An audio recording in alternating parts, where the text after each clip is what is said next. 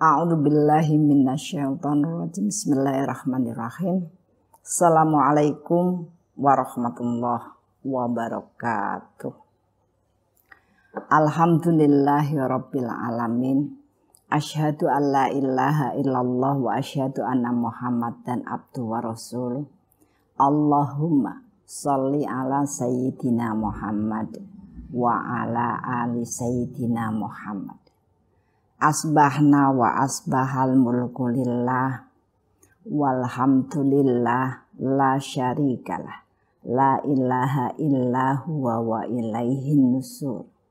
Asbahna ala fitratil islam wa kalimatil ikhlas wa ala dini nabiyina Muhammadin sallallahu alaihi wasallam wa ala millati abina Ibrahim hanifah wa ma kana minal musyrikin.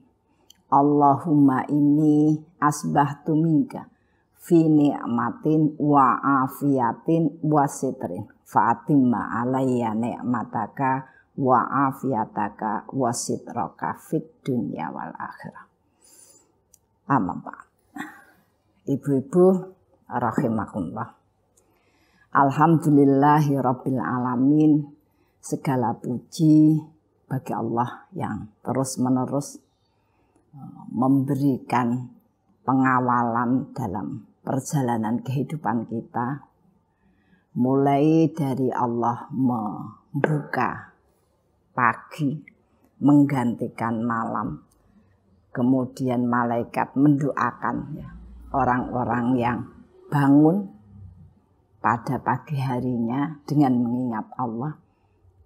Malaikat mendoakan terhadap keberkahan rezeki, tambahan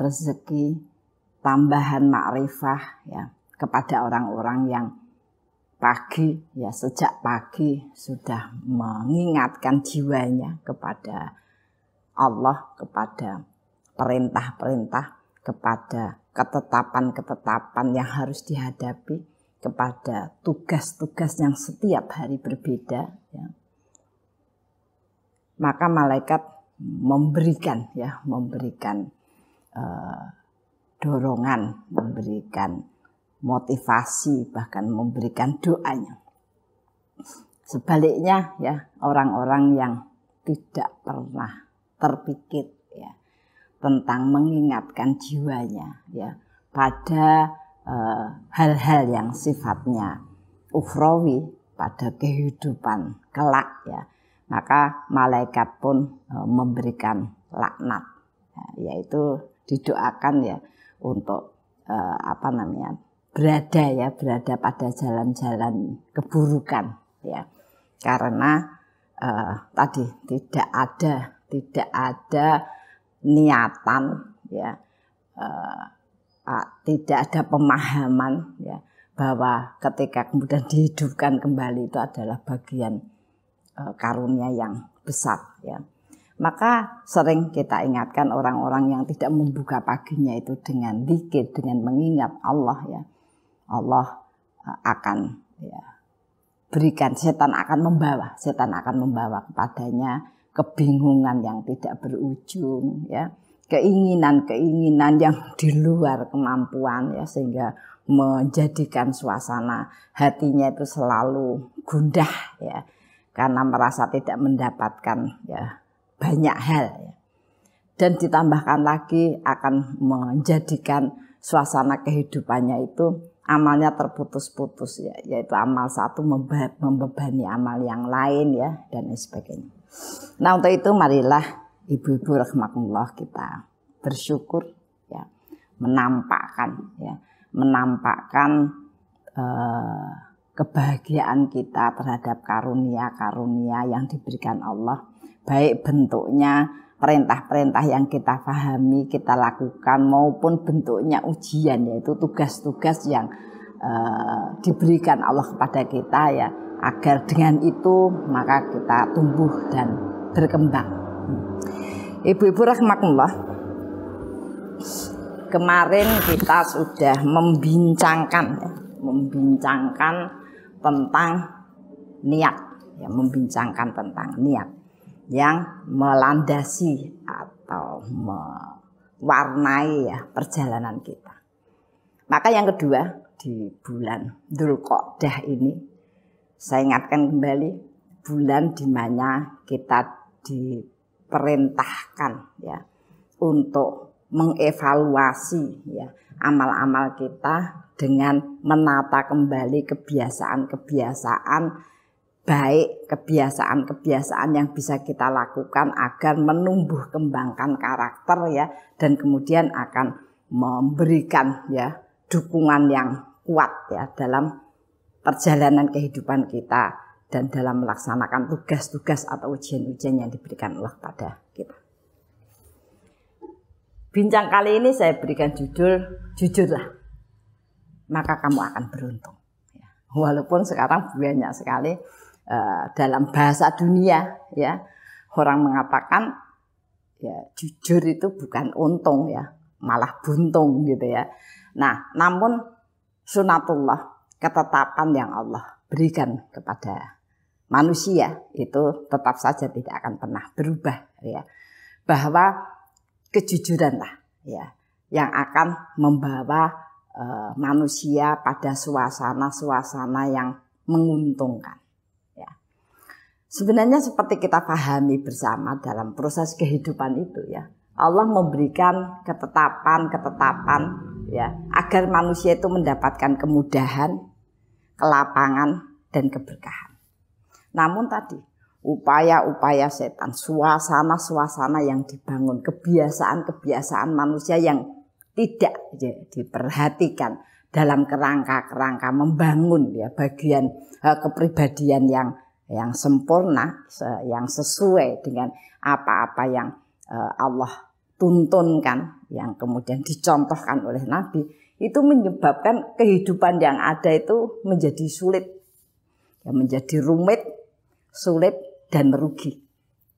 Bukan beruntung, merugi. Banyak sekali ya, banyak sekali proses kehidupan itu yang orang itu ya hidupnya ya dapatnya ya lelah, dapatnya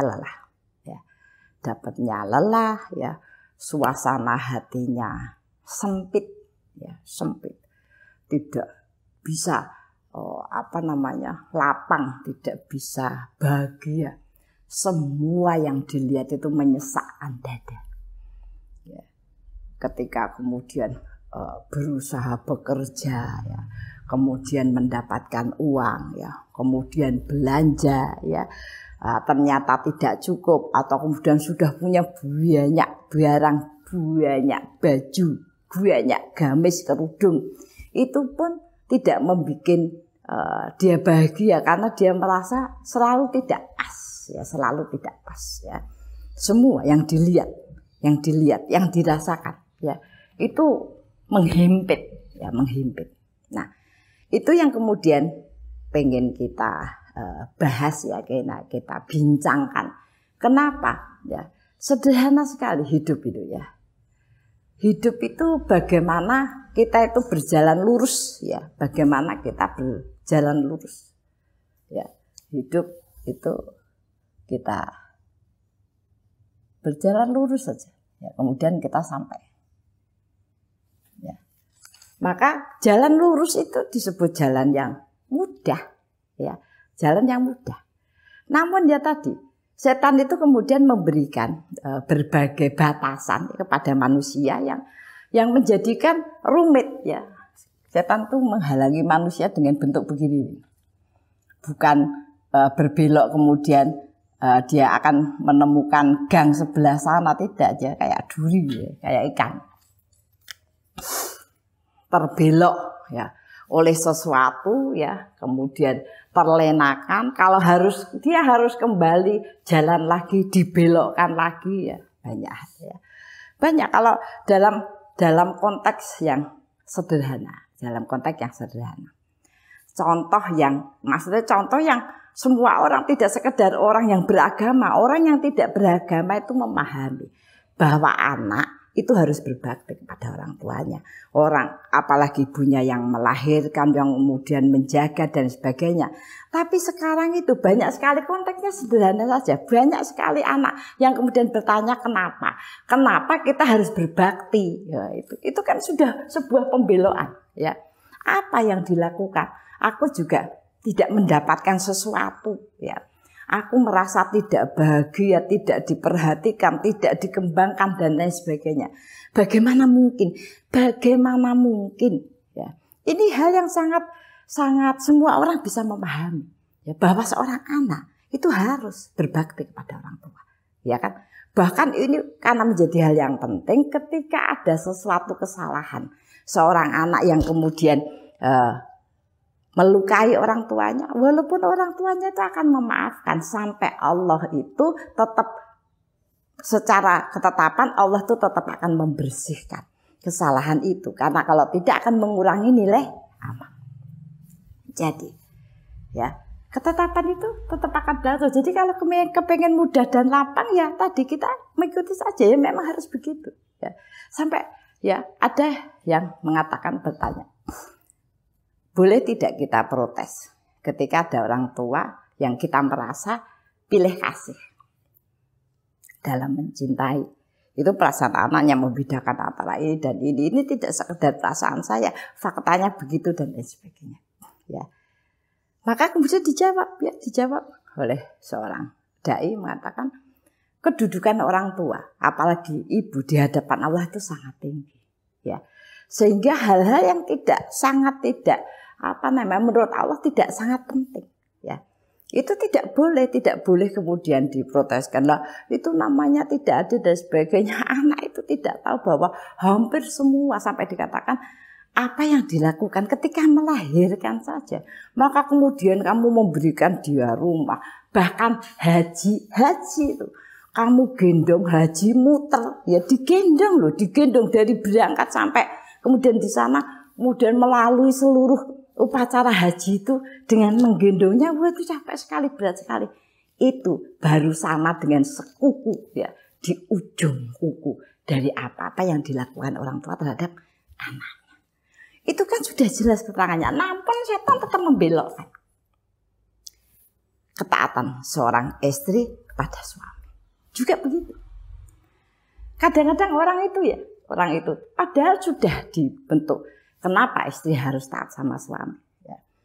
Maaf ya Bu, maksudnya taat pada suami itu suami yang kayak apa? Kalau suami itu kayak Rasul, oke, gitu ya. Itu kalimat apa? Memang ada suami yang kayak Rasul? Enggak ada, ya. Bagaimana mungkin ya kalimat perintah taatlah kepada suami kemudian dirubah menjadi kalimat pertanyaan? Apakah kita harus selalu taat? Ya, itu pembelaan. Dan pembelaannya itu panjang. Banyak sekali konsultasi. Mungkin faktanya. Banyak sekali menurut pandangan kita. Suami itu memang tidak memberikan tanggung jawabnya. Tanggung jawab menjaga perasaan istrinya, tanggung jawab kemudian menafkahi lahir dan batin, tanggung jawab membahagiakan dan lain sebagainya. Boro-boro, semua tidak. Lalu bagaimana sikap saya pada suami? Maka sering saya sampaikan, ya. Kenapa disuruh taat? Agar dimudahkan. Bahwa yang namanya seorang istri itu akan mendapatkan lipatan 70 bahkan sampai 700 kali lipat, karena kadang-kadang kita itu mendapatkan tugas untuk mendampingi suami yang memang menurut kita tidak bertanggung jawab, tidak membahagiakan, tidak sedemikian rupa upayanya dibanding ketika dia memperhatikan dirinya, memperhatikan orang yang kemudian ditaksirnya dan lain sebagainya. Namun saya ingatkan, Allah memberikan ketetapan yang tidak pernah dirubah.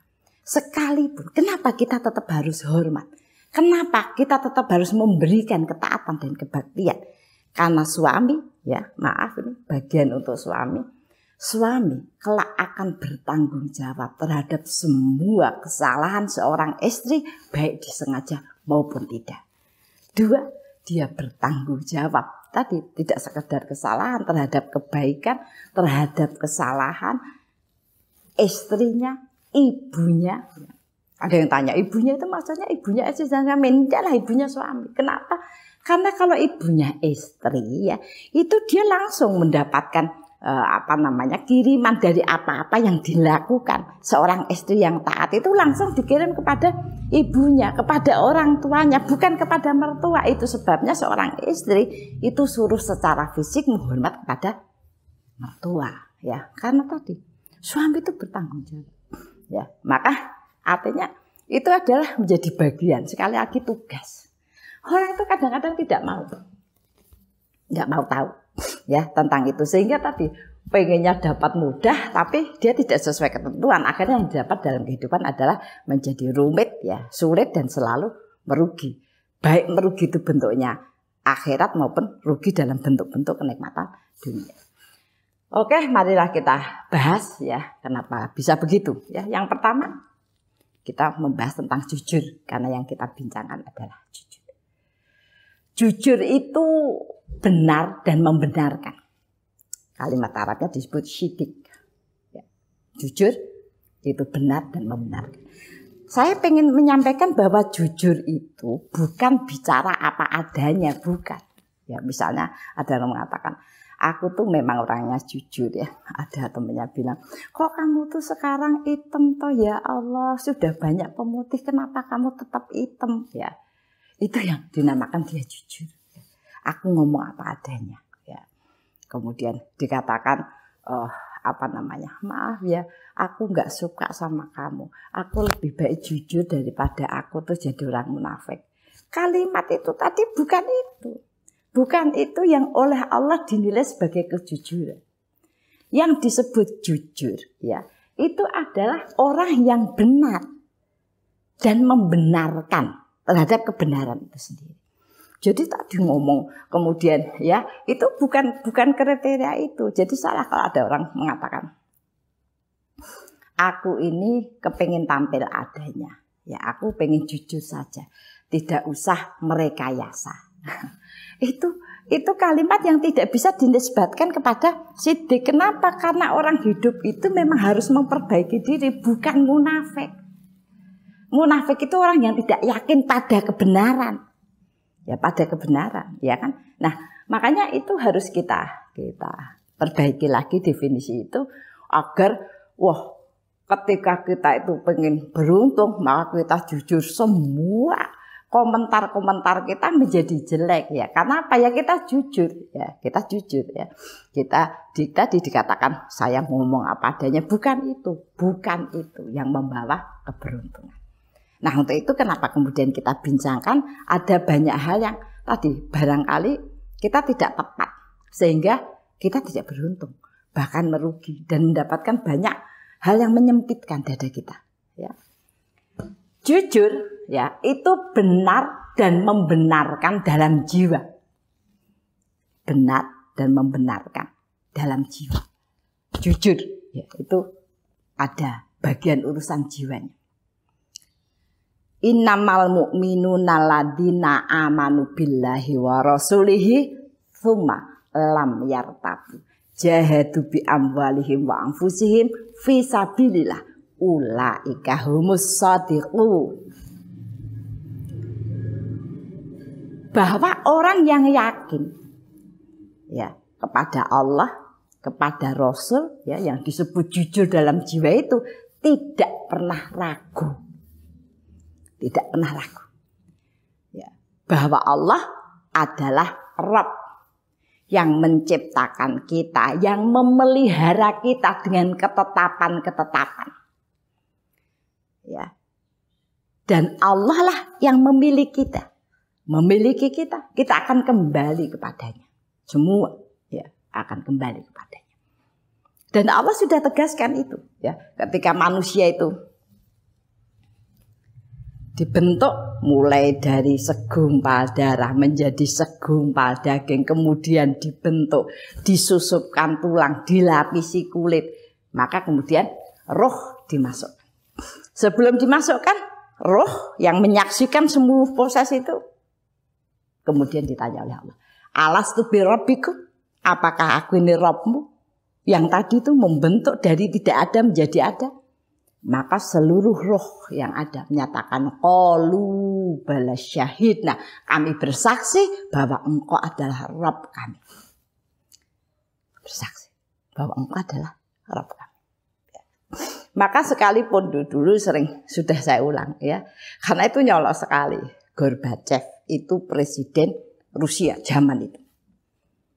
Dia mengumumkan, dia ateis, saya tidak punya Tuhan. Saya tidak yakin adanya Tuhan. Dan itu sudah sangat dikenal, semua mahfum ya, bahwa mereka tidak mau mengakui adanya Tuhan. Namun ketika kemudian Gorbachev itu mendapatkan perlawanan, ya, saat mau runtuh, ya, di televisi saya masih SD kayaknya, mau runtuh, maka dicorong itu dia bicara. Tidak ada yang bisa ya, mengembalikan dia atau mencegah dari keruntuhan. Maka dia katakan, ya Tuhan, tolonglah aku. Itu hati, itu jiwa. Karena memang keimanan itu ditanamkan. Alastu birabbikum qalu bala syahidna, itu semua roh akan mengatakan itu. Nah, sehingga tadi dalam jiwa itu kita mengakui bahwa Allah itu Rabb. Allah yang menciptakan kita, Allah yang memelihara kita dengan ketetapan-ketetapannya, dan Allah lah pemilik kita. Kita akan kembali. Kita harus jujur bahwa itu benar, bahwa itu benar. Dan ketika seseorang itu tidak mau melakukan ketetapan-ketetapan yang Allah berikan kepada kita, ya tadi, itu namanya hidup tidak dengan kejujuran. Dia tidak mau mengakui. Dia tidak mau mengakui bahwa Allah lah, ya Allah lah yang memiliki peran hampir 99% dalam proses perjalanan kehidupan kita. Ya. Orang pintar taruhlah, lah sekarang misalnya kita itu pintar, kita kaya, ditunjukkan oleh Allah. Ya, orang Jepang itu ya, orang yang punya kekayaan nomor 2 di Jepang, se-Jepang. Seorang wanita, dia menguasai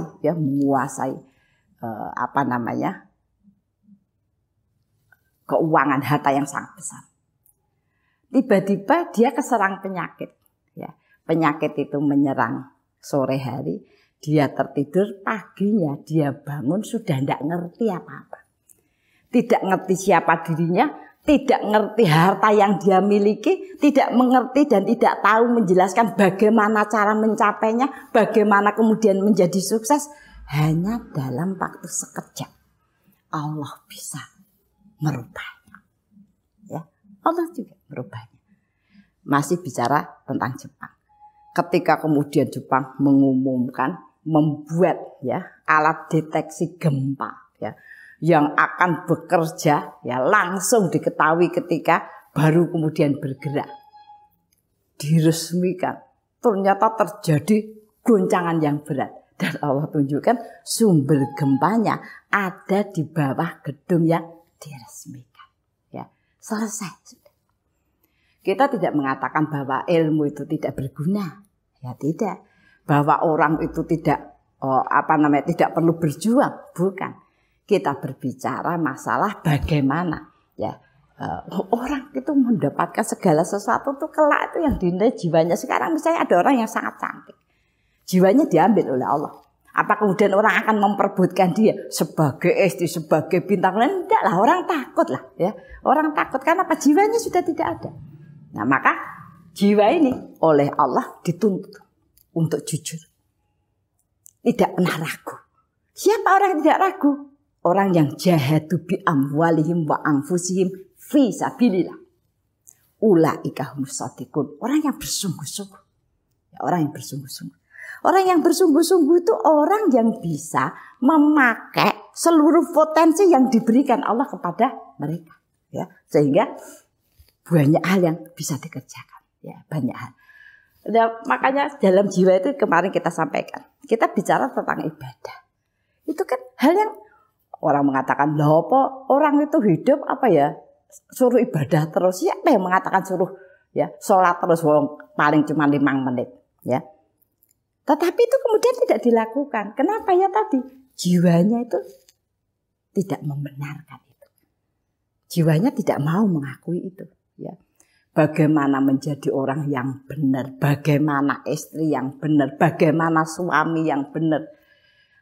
Rata-rata orang memberikan definisi menurut dia masing-masing ya. Makanya kalau kemudian ya jiwa itu kita harus percaya. Sering sekali banyak orang yang konsultasi ya tentang keluarga, tentang dirinya, tentang keluarga besar. Saya bilang, saya ingatkan yang menguji itu Allah. Kenapa? Karena Allah lihat jiwamu itu sudah banyak perubahan. Terhadap apa? Ya terhadap tugas-tugas yang diberikan oleh Allah. Allah itu, ya jiwa itu harus mengakui bahwa yang kita sebut amal, tugas-tugas yang Allah berikan kepada kita itu setiap hari berbeda. Ya, sering kita ambil contoh misalnya ya seorang guru. Guru mengajar. Kemudian dia katakan, wah tahun kemarin tuh luar biasa. Sudah anaknya pinter-pinter, orang tuanya baik-baik. Maksudnya baik itu sering ngirimi gurunya ngasih oleh-oleh ya dan lain sebagainya. Tidak banyak protes dan hasilnya prestasinya memang luar biasa. Tahun ini ya Allah muridku itu ya sudah diatur angel ya, prestasinya tidak bagus, orang tuanya protesan ya. Aku tuh sampai seminggu kadang-kadang habis Panadol samplek itu ya, saking pusingnya ya. Itu kita pahami bahwa tugas guru itu memang akan menghadapi setiap hal berbeda. Setiap hari mengalami suasana yang berbeda. Kita akan mengatakan ya begitulah tugas orang guru. Tapi ketika kita berbicara tentang keluarga, seorang istri yang kemudian tidak bisa terima tentang suaminya, seorang suami yang sekarang sudah bosan sama istrinya, tidak bisa menerima segala sesuatu. Itu karena merasa itu miliknya. Itu menjadi bagian yang dia berhak melakukan apapun. Padahal sama saja manusia itu oleh Allah diuji. Manusia itu setiap saat diberi tugas yang berbeda. Apa yang ingin Allah lihat? Adalah jiwanya. Apa dia tetap bersungguh-sungguh ya terhadap ibadah ya. Bersungguh-sungguh ya kan kemarin sudah kita sampaikan bagaimana dia menegakkan ibadah. Bagaimana dia meluaskan muamalah dengan kebaikan-kebaikan yang banyak. Bagaimana dia tetap menegakkan risalah tentang aturan-aturan yang ditetapkan. Termasuk tadi menegakkan risalah itu adalah bagaimana kita bisa memperlihatkan dalam film kehidupan kita apapun yang dihadapi. Maka kita tetap harus berlaku benar. Itu jiwa. Bisa terus bersungguh-sungguh. Kenapa? Ya karena tadi asupan-asupan yang Allah berikan ya kepada bagian kesungguhan merubah karakter dengan ibadah. Ya. Kemudian yang kedua, benar dan membenarkan dalam kata. Benar dan membenarkan dalam kata. Ya. Itu akan memberikan garis keberuntungan. Ya, kalau tadi jiwa dan ini sangat dipengaruhi oleh jiwa. Enggak bisa orang yang jiwanya itu tidak bersih ya, jiwanya itu tidak lapang, maka dia tidak akan bisa terus ya, untuk bisa berkata benar, berkata baik, berkata penuh hikmah itu ya. Maka kalimatnya kalau di dalam ayat dikatakan ya ayyuhalladzina amanut taqullah ya wa qulu qawlan sadid yuslih lakum a'malakum wa yaghfir lakum dunubakum wa may yuti'illaha wa rasulahu faqad faza fawzan adzim. Ya. Allah sampaikan untuk bisa berkata benar itu butuh jiwa yang lapang, jiwa yang bersih, jiwa yang kuat. Hadisnya juga mengatakan begitu. Mangkana yu'minu billahi wal yaumil akhir falyakul khairan aw liyasmut. Ya, bayangkan sekedar berbicara supaya ngomong yang baik atau diam itu pakai mangkana yu'minu billahi wal yaumil akhir. Barang siapa beriman kepada Allah dan hari akhir, ya, maka berkatalah yang benar atau diam. Bukan diam itu emas, berkatalah yang benar atau diam. Ya, itu butuh keyakinan yang sangat panjang. Orang yang jiwanya itu tidak kuat, maka akan keterlanjuran ngomong yang jelek, keterlanjuran ngomong yang tidak benar, itu terlalu banyak. Apa orang bisa ngomong benar terus? Ya ada. Orang yang kemudian salah itu ya ada. Tapi frekuensinya itu kecil. Bukan sehari itu ya kesalahan ngomongnya lebih dari 20 kali itu mah nggak benar namanya, ya kan? Sebentar-sebentar marah, sebentar-sebentar ngomong jelek dan lain sebagainya itu tidak benar. Makanya tadi ya dikatakan bahwa bagian. Lah maksudnya ngomong yang benar tuh bukan tadi ngomong apa adanya, bukan ya. Ngomong hal-hal yang benar. Hal-hal yang benar. Apa hal yang benar itu? Qolan sadid itu ya kayak apa? Hal yang benar itu kayak apa? Yuslih lakum a'malakum.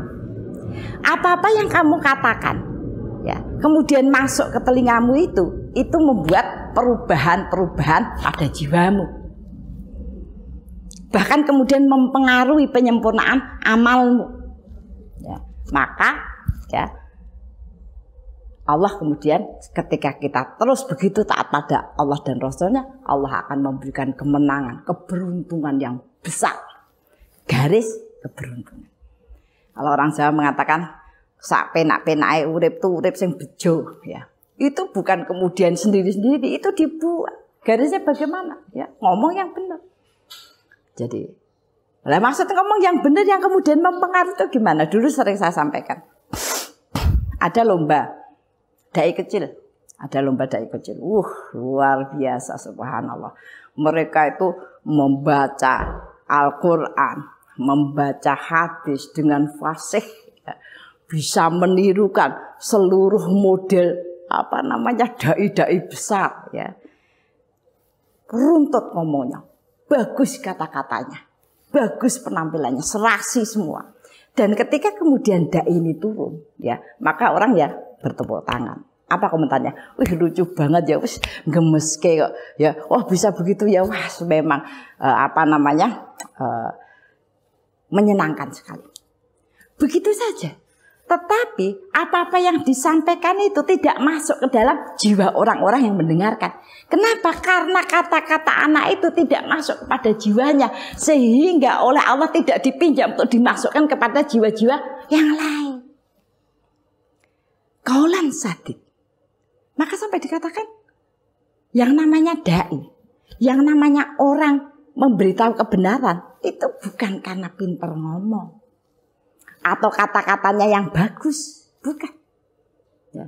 Tetapi apa yang dia tulis, kalau dalam bahasa kita mengganti status, apa yang dia omongkan itu selalu langsung mempengaruhi jiwa dia. Ya, sehingga kemudian membersihkannya, menguatkannya, ya. Dan kemudian mempengaruhi kesempurnaan dari. Nah, untuk itulah saya dulu juga berpikir panjang untuk membuat ceramah di YouTube. Satu, saya memang bukan orang berilmu, ya. Yang kedua ya banyak sekali ya ustadzah yang punya kemampuan ilmu yang tinggi. Tapi ketika kemudian muncul ya beberapa saran, termasuk mendokumentasikan, ya. Dan dokumentasi YouTube itu yang paling penting, yang selalu mendengar saya. Karena ini adalah hal yang kemudian mengingatkan saya agar mempengaruhi jiwa saya, agar menyempurnakan amal-amal saya, ya. Sehingga itu yang kemudian membuat saya bersemangat, bukan untuk viral, ya. Kalau kemudian Allah mempertautkan kepada banyak orang itu Allah. Itu Allah, bukan karena kemampuan. Itu Allah. Jadi sekali lagi saya ingatkan, kata-kata yang benar itu akan membawa garis keberuntungan. Saya garis bawah lagi, kata-kata yang benar itu bukan kata-kata apa adanya, tetapi kalimat-kalimat yang benar, kalimat-kalimat hikmah, ya, kalimat-kalimat yang kemudian bisa merubah. Yang pertama, jiwa kita. Lalu akan dipinjam oleh Allah, ya, untuk dimasukkan kepada jiwa-jiwa yang lain. Itulah yang disebut keberuntungan. Karena kemudian ketika kata-kata kita masuk kepada orang lain dan dipakai, maka seluruh kebaikan orang itu masuk kepada kita. Sehingga efeknya akan menjadikan loncatan kehidupan yang punya kemudahan yang besar, kelapangan dan keberkahan yang berlipat. Keberkahan yang berlipat itu maksudnya apa? Semakin banyak kebaikan yang bisa dilakukan. Ya. Diberi kesempatan oleh Allah, yang dinamakan kalimat diberi kesempatan itu artinya kita ditambah, ya, ditambah tugasnya, ya. Jadi itu tadi, kata-kata itu tidak sekedar misalnya ada kita gegeran, ya, suami istri mengatakan, lah kamu itu tidak pernah bertanggung jawab, tidak ngasih duit, tidak ini, aku ini berkata jujur, aku ini berkata apa adanya. Bukan itu. Bahkan kalimat-kalimat itu dianggap pelanggaran, bukan kejujuran.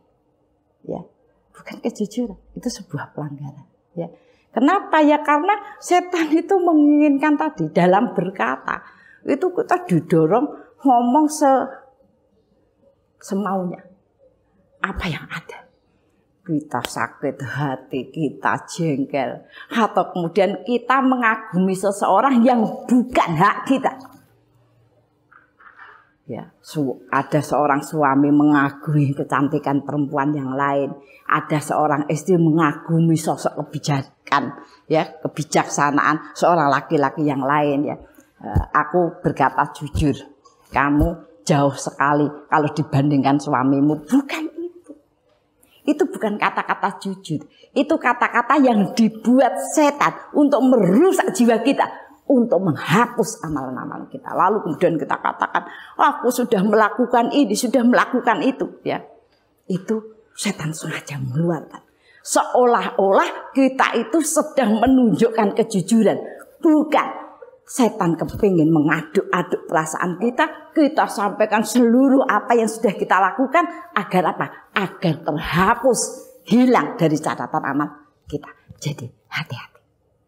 Jujur adalah berkata benar. Kalau dalam banyak kalimat apa yang dimaksudkan kalimat yang benar itu, yang pertama memang Al-Quran. Maka sampai dikatakan kalau ada orang tuh tidak ngomong sama sekali, ngomongnya cuma Quran aja, setiap ditanya siapa anakmu, ya, ya, kemudian dia mengemukakan ayat wa Ibrahim wa Yahya wa ini, ya. Nah itu semua ayat Quran. Maka kita pikir doa ngomong ayat Quran ini uang apa mudeng. Faktanya dia dalam kehidupan itu diberi kemudahan, kelapangan dan keberkahan, nggak ngomong apa-apa selain ayat Quran. Ya, faktanya bisa, ya, ayat, ya, kalimat Quran. Kemudian yang kedua, kalimat-kalimat thayyibah. Ya sudah ada ketetapan, ada tasbih, ada tahmid, ada tahlil, ya, ada takbir, ya, ada kalimat la haula wala quwata billah hasbiyallahu wa ni'mal, kalimat-kalimat thayyibah. Ya, kemudian yang ketiga, nasihat. Nasihat, ya. Nasihat tentu saja menisbatkan kepada kebenaran. Kita hanya mengingatkan, bukan memarahi, mengingatkan. Ada hadis yang barangkali terlupa, ada petunjuk yang barangkali tidak terbaca. Yang keempat adalah kata-kata yang memberikan semangat, ya, semangat. Yang kelima, kata-kata yang menggembirakan seseorang agar suasana menjadi lapang. Yang keenam adalah kata-kata yang membuat kemanfaatan, ya, kata-kata yang membuat kemanfaatan. Kita bercerita tentang memasak yang bagus, ya. Kita bercerita tentang bagaimana membentuk, ya, membuat donat yang tidak mudah kering, apa saja yang bermanfaat ya. Nah, tadi banyak rangkaian kata-kata itu saja manusia tetap saja kecolongan untuk disodor-sodorkan ya oleh setan ya. Untuk itu saya peringatkan yang kemudian berangkat haji, ujian yang paling berat ya ketika orang berangkat haji, berangkat umroh itu adalah lisan ya, lisan. Kenapa? Apalagi di Arafah. Kenapa Arafah itu kita berat-beratnya apa? Suruh nahan lisan. Nah kita seharian penuh disuruh beristighfar, disuruh dzikir, disuruh doa. Orang yang tidak biasa, ya. Maka kemudian dia akan bosan. Dia berhenti mandang sana, mandang sini. Kemudian setan ya memasukkan kilatan-kilatan hal-hal yang menyusahkan, kemudian nangis ya, ingat suaminya yang kayak begitu, tidak mendukung anaknya yang kayak begitu, tetangga dan lain sebagainya, agar tadi kita mengucap hal-hal yang kurang bagus ya. Ya jadi hati-hati. Itu kalau kepengen beruntung dalam kehidupan, kita pengen bejo ya, pastikan kita bisa menjaga lisan. Kemudian yang selanjutnya benar dan membenarkan dalam amal ya, benar dan membenarkan dalam amal ya, artinya kita kalau amal ya kita itu beramal, jangan ngomong toh, amal dengan kaifiat cara yang benar, maka itu akan membawa kehidupan kita penuh rahmah ya, hidup yang punya arah kebaikan ya. Man amila solehah min dakarin au unfa wa huwa mu'min falatuhziyanahu hayatan thayyibah. Dia akan diberikan arah kebaikan yang tepat ya. Ya namanya kebaikan itu kan banyak ya, tapi kadang-kadang tidak tepat. Tidak semua orang bisa, dia memang tidak kemampuan bicara ya. Ya enggak usah memaksakan diri untuk kemudian bicara di depan ya. Kita lihat kalau dalam sejarah itu Fatimah putri Rasul ya. Tidak ada cerita yang mengabarkan bahwa Fatimah itu seorang dai yang kemudian memberitahukan dan lain sebagainya, memberitahukan ceramah sana sini gitu. Fatimah itu adalah wanita yang dipersiapkan untuk mendukung rumah. Bagaimana dia mengurus rumahnya, bagaimana dia mengurus anaknya untuk menjadi iman, bagaimana dia mengurus suaminya, kemudian didorong untuk berada pada jihad ya. Itu fakta yang kemudian ditunjukkan bahwa setiap orang itu akan melakukan amal dan aktivitas tentu saja sesuai dengan potensinya masing-masing ya, sehingga hidupnya itu, dan kalau tidak melakukan nah itu maka hanya berangan, hanya kepengen itu, kepengen ini dan sebagainya, tapi tidak melakukan kebaikan yang ada ya. Makanya kalau dalam bahasa ini gini, kalau ada orang masuk rumah ya, rumahnya bersih ya, rapi ya, kemudian lapang ya, maka orang tua mengatakan ini mesti rumahnya orang-orang yang memang mendapatkan limpahan rahmat dan berkah yang besar. Kenapa? Karena faktanya ya dia menjaga. Kalau kemudian tidak menjaga, maka rahmat juga tidak akan diturunkan, keberkahan juga tidak akan sok ya, tidak diberikan dengan deras gitu. Nah kemudian yang terakhir, kenapa harus jujur? Karena orang jujurlah yang akan mewarnai peradaban ya. Di mana-mana yang namanya orang yang jujur membangun kejujuran, membangun bagian benar dan membenarkan, maka sampai kapanpun dia akan menjadi bagian yang oleh Allah diberitakan, dijadikan sebab inspirasi kebaikan, sehingga ketika setiap orang menirukan, maka dia pun akan tetap mendapatkan aliran ya kebaikan yang besar ya. Nah, siapa mereka yang dianggap ya orang yang jujur, yang benar membenarkan itu? Satu, selalu menggunakan kesempatan. Selalu menggunakan kesempatan. Kenapa? Karena meyakini ya, dia meyakini, dia juga membenarkan bahwa kesempatan-kesempatan yang datang itu diberikan Allah kepada kita.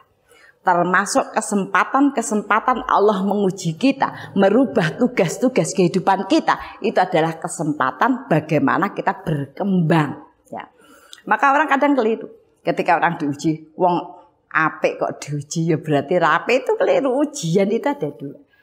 Ketika kita kemudian mengambil ujian itu, ya kita tidak mau, kita sempit dada, kemudian kita berbuat kesalahan atau sengaja menghadapinya dengan cara yang tidak benar, maka itu akan menimbulkan fitnah. Dan ketika kita tetap berusaha menghadapi ujian itu dengan baik, maka kemudian Allah memberikan mihnah, ya, yaitu diturunkan rahmat dan keberkahan yang besar setelah dia bersusah-susah, ya, mengembangkan kapasitas untuk menghadapi ujian itu. Ya. Yang kedua, selalu beramal. Selalu beramal dengan stabil. Terus beramal itu terus istiqomah, ya. Jadi orang jujur itu, maka dia akan mengetahui amal dengan detail. Amal yang kecil, amal yang mudah, kalau mau meningkatkan juga ini, kalau kemudian panjang ini, kalau ada waktu yang panjang, ya amalnya ini dan lain sebagainya. Kenapa? Karena dia selalu menjaga amalnya. Dari kemudian kita mengambil amal yang mudah, kita lakukan terus menerus, akhirnya Allah meningkatkan kemampuan kita, meringankan ya jalan amal-amal kita, sampai kemudian banyak sekali orang yang bisa, ya, bisa dicukupkan, bisa diberkahkan dengan amal-amal yang diistiqomahkan. Kemudian setelah amalnya itu stabil, maka dia juga membenarkan, ya, mengakui, ya, bahwa Allah itu akan memberikan perubahan-perubahan suasana dalam kehidupan kita. Mulai dari dulu kita muda bisa mengerjakan banyak hal, kemudian menjadi lebih tua, kemudian menghadapi suami yang sifatnya kemudian berbeda, menghadapi anak-anak yang dulu kecil kemudian menjadi besar dengan segala kebutuhannya, menghadapi dunia dakwah yang sedemikian rupa, menghadapi bahkan teman-teman yang aktif di dalam dakwah, kemudian melakukan banyak hal, ya, yang tidak seperti kita, ya. Maka dia tetap melakukan, ya. Kita tahu bahwa Allah itu akan memberikan perubahan-perubahan setiap saat. Maka persiapan yang harus kita lakukan adalah setiap kali kita beramal, kemudian kita kita perbagus amal kita dan terus, ya, menjadikan bagian-bagian kebaikan, sehingga tadi Allah memancarkan energi positif yang besar, ya. Bahkan kemudian mempengaruhi. Saya ceritakan hal yang sederhana saja, ya. Saya ceritakan hal yang sederhana. Ada seorang ibu sudah sepuh, sudah terbiasa kalau masak, ya, kalau bersih-bersih, ya, dan lain sebagainya, itu dia melafalkan kalimat-kalimat, entah itu membaca Quran ini dan lain sebagainya, gitu, ya. Ibu itu, ya, dia penjual getuk, ya, penjual getuk. Sederhana sekali. Ketika semua sudah selesai yang dimasak, dia masak getuk, ya, dari jam 2, ya, ternyata hafalannya juga ini sambil masak itu banyak yang kemudian dilafalkan. Kemudian dia masak nasi, masak lauk seadanya, apa oseng-oseng, apa tempe, apa tahu, dibungkusi, maka dia kemudian berangkat ke pasar sambil memberikan makanan-makanan itu ke tetangganya. Barangkali belum siap masak dan ada yang kepingin sarapan. Luar biasa. Dan dia berjalan menuju ke masjid dengan doa-doa yang mendoakan anaknya, mendoakan dirinya, anaknya, keluarganya, lingkungannya, masyarakatnya, kelurahannya, dan lain sebagainya. Kenapa itu mempengaruhi energi positifnya? Ternyata setelah kemudian ibu itu diminta ke keluarga anaknya, sudah sekarang tidak usah jualan, ya, di tempat anaknya saja. Maka yang kehilangan adalah masyarakat setempat. Karena setelah ibu itu pergi, suasana jadi berubah.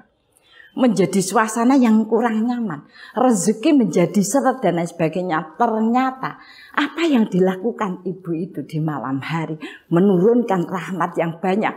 Doa-doa yang selalu dia tebarkan selama dalam perjalanan, itu sangat mempengaruhi lingkungannya. Maka akhirnya ibu itu diperebutkan antara anaknya dan masyarakatnya. Bayangkan, hal yang sederhana, sangat sederhana. Namun Allah menunjukkan bahwa energi positif itu sangat berguna untuk lingkungan yang lebih luas lagi. Dalam bahasa kekhalifahan Umar bin Abdul Aziz, bahkan itu meliputi, ya, negara. Yang selanjutnya memahami ya bahwa orang yang mendapat balasan, orang yang selalu mendapatkan balasan adalah orang yang selalu berbuat, lakukan sesuatu. Kalau kamu memang jujur, lakukan yang benar dan lakukan sesuatu. Ketika kita merasa karena ada masalah lah, karena sudah tua lah, karena dalam banyak hal kemudian kita berhenti, maka balasan itu pun berhenti. Berkurang besar ya. Untuk itu Allah sudah janjikan kepada kita. Barang siapa menghidupkan keimanan, sibuk beramal soleh dan terus menegakkan risalah, maka Allah akan jaminkan kepadanya. Satu, ditutup kesalahannya, dipancarkan kebaikannya. Yang kedua, selalu diperbaiki hidupnya. Diperbaiki hatinya yang condong pada kebaikan, diperbaiki cara berpikirnya untuk cerdas dan melahirkan atau memberikan ilmu-ilmu yang praktis yang bisa dilakukan semua orang ya, dan kemudian diberikan pilihan-pilihan yang tepat, dikuatkan jasad yang kebaikan, sekalipun kemudian sakit, sekalipun taruhlah diuji stroke sekalipun, maka dia tetap mendapatkan menjadi orang yang menjadi sumber kebaikan. Banyak rahmat yang diturunkan dari orang-orang yang sakit itu. Kemudian yang terakhir, mewariskan ilmu, inspirasi, inovasi pada generasi berikutnya. Ibu-ibu rahimakumullah, orang yang seluruh amal kehidupannya menjadi inspirasi, itu artinya dia sudah berhasil ya, mempunyai investasi pasif. Tidak harus kaya, tidak harus pintar, tidak harus cantik, tidak harus orang yang berilmu sangat tinggi. Semua orang mendapatkan kesempatan yang sama untuk jujur, benar, mengakui kebenaran, membenarkan kebenaran, dan mempertahankan kebenaran adalah kunci ya, keberkahan hidup seseorang. Nah, untuk itu mulailah dari diri kita. Ya. Ketika itu sesuatu itu adalah benar. Kemudian kita terus membenarkan, kemudian menampakkan ya dalam bentuk aktivitas kita, kemudian mempertahankan, kita akan mencari landasan agar itu tetap bisa dilaksanakan ya. Maka bagian-bagian itu akan menjadi bagian penting yang akan menjadi sebab pada seseorang itu sebab kebaikan, sebab inspirasi dan jadi sebab-sebab turunnya rahmah dan berkah yang besar. Ibu-ibu rahimakumullah, mudah-mudahan kita termasuk orang-orang yang bisa ya, melakukannya, bisa ya, mengkondisikannya. Ya. Jangan membuat alasan yang banyak ya untuk kemudian terhenti ya dari azam tekad untuk melakukannya. Begitu ibu-ibu, marilah kita tutup kajian ini dengan doa. Mudah-mudahan dengan itu Allah ikatkan hati kita, Allah sambungkan doa-doa kita, dan Allah berikan ya kekuatan dan energi positif yang terus bisa menjaga kita semua dalam jalan-jalan kebaikan. Ila diniyah wa fi ridailah. Al-Fatihah. A'udzubillahi minasyaitonir rajim. Bismillahirrahmanirrahim. Alhamdulillahirabbil alamin. Arrahmanirrahim. Maliki yaumiddin. Iyyaka na'budu wa iyyaka nasta'in. Ihdinas siratal mustaqim. Siratal ladzina an'amta 'alaihim ghairil maghdubi 'alaihim waladdallin. Amin. Bismillahirrahmanirrahim. Qulillahumma malikal mulki tu'ti mulka man tasya wa tanzi'u mulka mimman tasya wa tu'izzu man tasya wa tudhillu man tasya biyadikal khair innaka ala kulli syai'in qadir tulijul laila bin nahar wa tulijun nahara fil lail wa tukhrijul hayya minal mayyiti wa tukhrijul mayyita minal hayyi wa tarzuqu man tasya bi ghairil hisab. Rabbana dzalamna anfusana wa illam taghfir lana wa tarhamna lanakunanna minal khasirin. Rabbana ighfir lana wa li ikhwanina alladziina sabaquna bil iman wa la taj'al fi qulubina ghillan lil ladziina amanu rabbana innaka ra'ufur rahim. Rabbana la tuzigh qulubana ba'da idh hadaitana wa hab lana min ladunka rahmah innaka antal wahhab. Rabbana hab lana min azwajina wa dzurriyyatina qurrata a'yun waj'alna lil muttaqina imama. Rabbi firli wali walidayya warhamhuma kama rabbayani shaghira. Allahumma inni nas'alukal huda wattuqa wal afafa wal ghina. Allahumma inni nas'aluka salamatan fid din wa afiatan fil jasad wa ziyadatan fil ilmi wa barakatan fil rizqi wa taubatan qoblal maut wa rahmatan indal maut wa maghfiratan ba'dal maut. Allahumma hawin alaina fi sakaratil maut wa najatan minan nar wa afaindal hisab. Allahumma inni nas'aluka ilman nafi'an wa rizqan thayyiban wa amalan mutaqabbalan. Allahumma inni nas'aluka sabata fil amrina wa nas'aluka azima asarusti wa nas'aluka syukra ni'mataka wa husna ibadatika wa nas'aluka lisan shadiqan wa qalban salima wa khuluqan mustaqima wa na'udzubika min syarri ma ta'lam wa nas'aluka min khairi ma ta'lam wa nastaghfiruka mimma ta'lam innaka antal alamul ghuyub. Allahumma ja'alna muqimas shalah wa min dzurriyyatina. Allahumma ja'alna mafatikal khair wa maghliqash syarri fi kulli zaman wa makan wa ma'akul insan. Allahumma ja'alna minal ladina idza ahsanu istabsyiru wa idza asa'u istaghfaru. Allahumma ja'alna fi amalina ajrun katsira wa sabrun wa rahmah wa hikmah wa barakah. Allahumma rzuqna ya rabbi fahman nabi wa khifdal mursalin wa ilhamal malaikatal muqarrabin ya arhamar rahimin. Rabbana atina min ladunka rahmah wa hayyi lana min amrina rasyadah. Rabbana atina fid dunya hasanah wa fil akhirati hasanah wa qina adzabannar. Subhana rabbika rabbil izzati amma yasifun wa salamun alal mursalin walhamdulillahi rabbil alamin. Kita tutup dengan kafaratul majelis. Subhanakallahumma wa bihamdika asyhadu alla ilaha illa anta astaghfiruka wa atubu ilaik.